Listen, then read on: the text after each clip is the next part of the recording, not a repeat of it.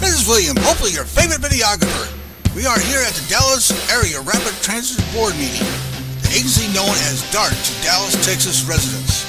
As a service to the Dallas community, we plan to cover DART board meetings from gavel to gavel. Public comments are required to keep DART board aware of issues close to the ridership that they may not get through other resources.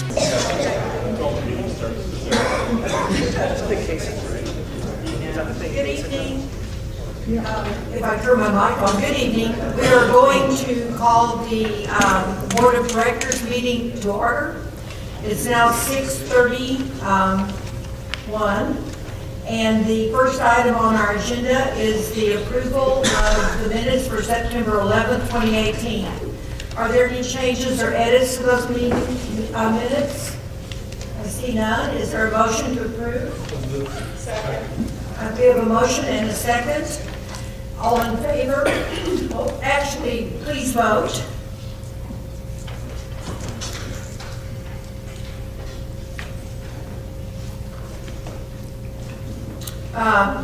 It passes unanimously. Thank you.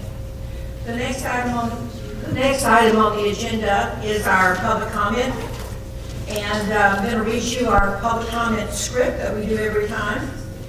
General public comments will be allowed at the beginning of each DART board meeting for a total of 30 minutes, and again at the end of the meeting when the 30-minute time period does not accommodate all persons who have been signed up to speak.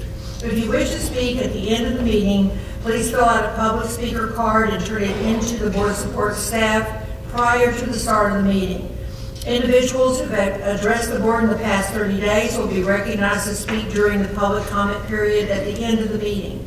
During the public comment period, board members may not interact with the speakers or other board members by asking questions or offering their own comment. Members of the public are reminded that their behavior during DART board meetings is governed by the DART board Code of Conduct for citizens, news media, and visitors. Personal attacks, impertinent or slanderous remarks, and boisterous conduct will not be allowed. Each speaker will have 3 minutes to address the board. The green light on the podium will indicate when you can begin speaking. The yellow light indicates that you have 1 minute remaining, and the red light indicates that your time has expired. The first speaker this evening is Jody Walker, followed by Gina McCain.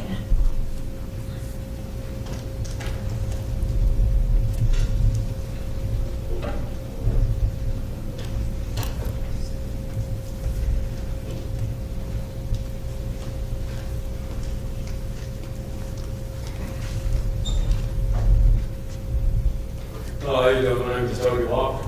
I'm here to address the fact that I've received terrible customer service from the DART transit system, and I'm not accustomed to that.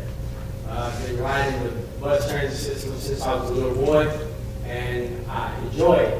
The interaction with the people, the experience cost that it does me. I have lost a total of $36 in the transit machines in probably a course of 6 months. My daughter goes to Rice University. She's not on a scholarship. I pay for this out of my pocket. Therefore, I'm on a very, very, very tight budget. I cannot afford to waste $20 bills to go into a machine that belongs to a multi-million-dollar company. You know what I'm saying? And I'm not getting those returned. This morning, I lost $6 in the machine. That $20 that I'm speaking of was my last $20 that I had to get back and forth to work for the whole week. And consequently, I had to go get a loan, which put me back in debt in a hole. Can't afford that. This morning, I lost $6. I keep my doctor gives me a voucher so that I can go back and forth to make sure that I go get my medication. That's an emergency voucher. I went to work this morning. I was already running late. I placed my money in the machine. It took the money, did not spit me out a ticket, did not spit me out a white receipt, which everyone seems to scream about. Malfunction in the machine, not a problem, understandable. There happened to be a DART security guy standing right there next to the machine. I told him, hey, I said, well, I have a voucher. I don't have time, I'm gonna stick my voucher in. My voucher was up there by the same machine, and I didn't get any response. I asked him to call it in, he called it in. I was late for work because I was not able to get on a bus to get to work after it's taken my last money. What am I supposed to do then? Well, I've done that before, and like I said, I've had problems with this, so I don't like putting my money into the machines. I'd rather put it on a bus where I have someone. At the same time, I've gotten a ticket because I didn't have proper amount of money to get on these buses. But it's because if I put my money in the machine, it's subject to take my last. So what do I do? Today, a young lady, I came here to speak, they gave me some kind of talk to the machine. It did no good. He told me that, it said that it did malfunction. But the person called it in, who saw it, I saw it, so then I felt as though you're calling me a liar. You have to have a malfunctioning machine, and the machine is supposed to detect the malfunctioning malfunction. Mr. Walker, Mr. Costello right here is the head of our finance department. He can talk to you. Maybe he can help you. Thank you. Next speaker is Gina McCain, followed by Billy Joe Burrows.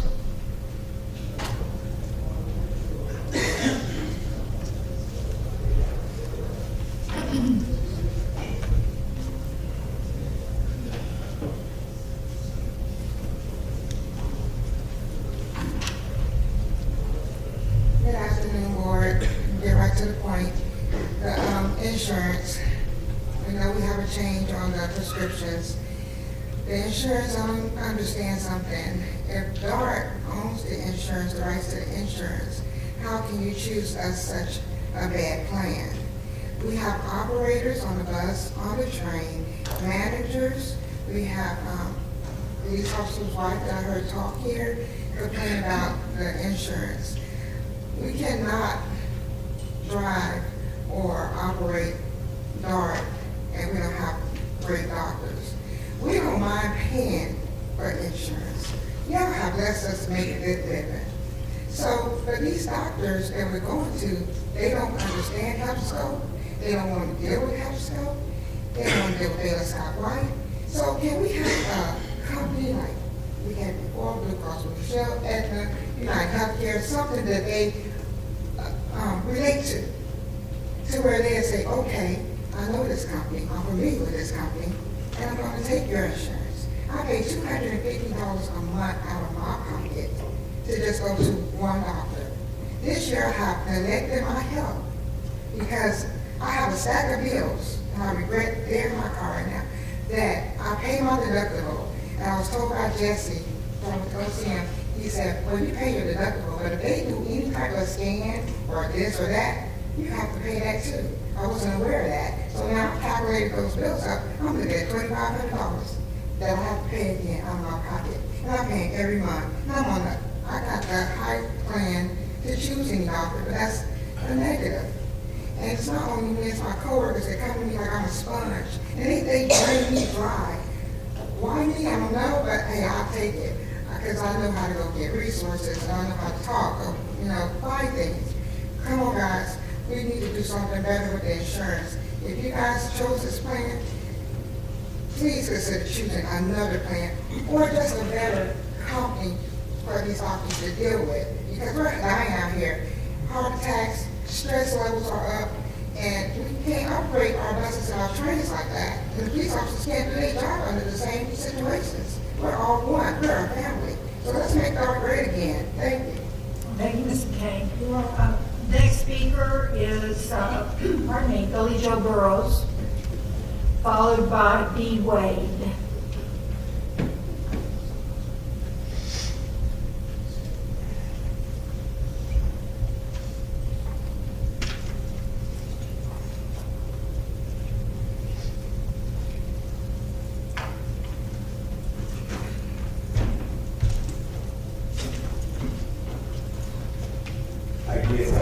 I'm Billy Joe Burrows. I'm a property owner on the west end of town. And I'm trying to find out the story coming through and this is going to affect my property. So I'd like to find someone I can talk to about it. So is that possible? Yes.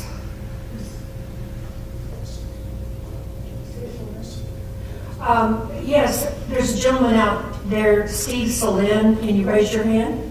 Okay. Oh, wait a minute. Who? Oh, and Tim McKay. Tim should be you or Salin that talks to him. This gentleman right here is Tim McKay. If you'll go talk to him, maybe he can direct you to the right party and help you. All right, thank you, ma'am. All right, thank you. Our next speaker is B. Wade, followed by Mr. Livingston, the third.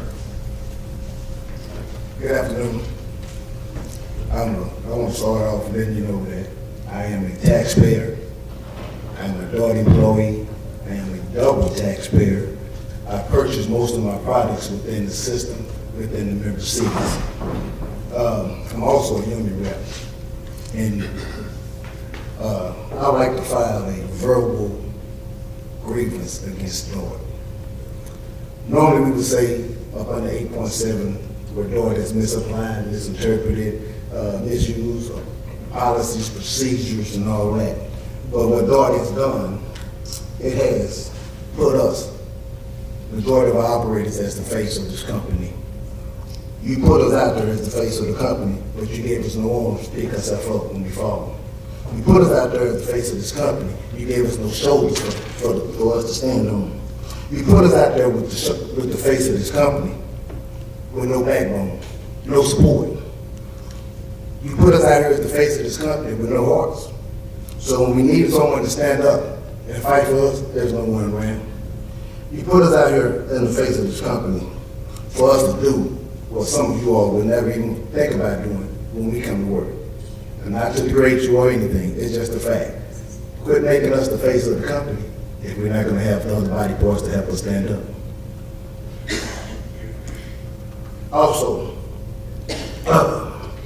majority of the time, this company, you give us a bone. Don't give us any more bones. Give us the meat, let us eat the meat, and let us decide what we want to do with those bones. The bones that I'm talking about, some of these issues that we're dealing with. I also heard Mr. King talk about the 504. I have an example of the 504 that I'm going to talk about. Of a young lady who's on the smart bus. She makes $14 an hour. The company has gave us a 3% raise, which equivalents to $1,500 on the big bus, $1,200 on the smart bus. Young lady works 40 hours, will make $1,120 a month. I mean, $224 of that is taxes, bringing her total down to $896. $35 that will go to a 401k. After the 401k, she needs to put $100 a month, $100 a pay period into a fixed spending account to be able to substantiate all the negative impact that she's going to have with this insurance. After she's done all of that, she has $761 left on a bi-weekly basis.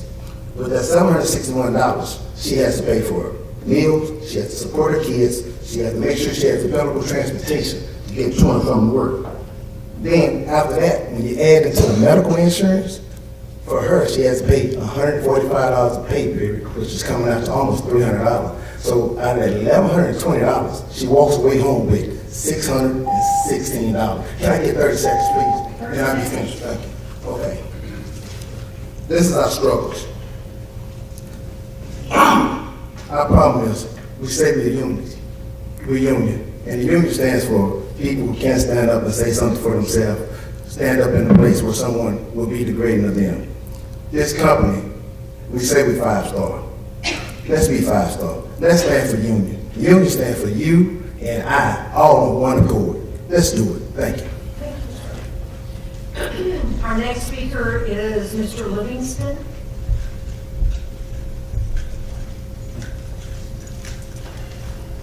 Good evening. I'll be brief. I too am a homeowner in Dallas proper. I'm here on behalf of the Neighborhood Association, South Boulevard Park Road Neighborhood Association. And I'm here because our calls and pleas regarding stop FSTB 356 have not been responded to. That stop is adjacent to 2 other stops. There are about 7 stops within a 75-foot radius. The three that we are concerned about all are in front of residential homes. So we're begging for two solutions. We brought solutions to recommend. One, install lighting in front of the one I mentioned, FSTB 356. Install lighting to that. It's a bench, your standard bench station, two-man bench, I guess, with a handicap. I'm sure you're familiar with it, but there's no lighting. We're just asking for some solar lighting if it's going to be in front of someone's home, with so many things going on that stop. We're asking it to be lit or removed. The other two are just stops. They are just a sign in front of the resident's yard or the homeowner's yard. We're asking that either be removed, that's one option, or again, install the bench with lighting. The reason we're asking for these modifications is because as a homeowner with children, you come home and there might be anyone sitting in your yard, throwing their water bottle cans in their yard that they've used on a hot day, laying across your yard, whatever, under your tree, just to get some shade in the elements. And the neighborhood's a historic district, so a lot of the residents are seniors. We've advised them not to engage with the strangers. We have called several times to our police. We call 911. Sometimes we get responses. Sometimes they redirect us to our, we're just asking for a change. The other thing, I'll tell you, the one that does have the station, the one I mentioned, again, part of the reason we're asking for it to be removed is because of the things that happen in that area of which we can't get responses to address. If we could get responses to address someone when they're lighting up marijuana or using the bathroom behind it or sitting there and not riding all day or all day long, then we wouldn't ask for it to be removed. But it's because of that we're asking for it to either be removed because there are multiple in the area and there's plenty for people to get onto on the other sides of that direction. Thank you. Thank you, Mr. Livingston. Appreciate it. Susan?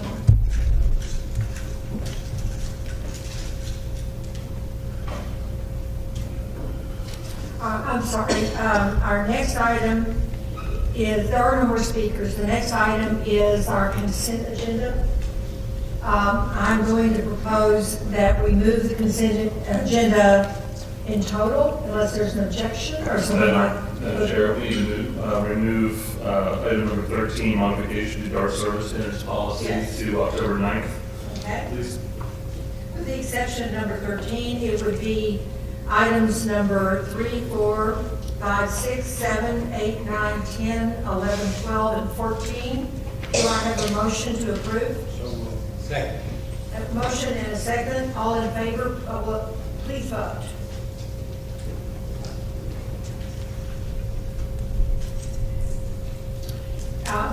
The consent agenda passes unanimously. We'll now go to the individual items. The first one would be Mr. Killen. It's number 17, approval of the budget. Mr. Killen. Yes, thank you. This is item is the approval of the fiscal year 2019 annual budget as well as the 2019 20-year financial plan that was approved in the committee of the whole and move for approval now. Is there a second? Mayor Slagle seconds the motion. Please vote.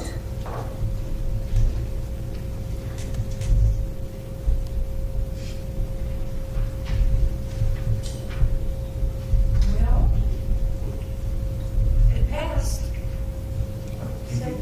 Okay, I'm sorry. Looks strange for me. All right. Item number 18 would be Mr. Kelly. Thank you, Madam Chair. Item 18 is approval of fiscal year 2019 goals and performance measures for director internal audit. Came through the audit committee without objection and move for same-day approval. Second? Second.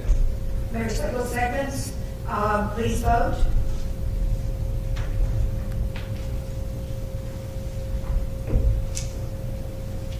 Passes unanimously. Thank you.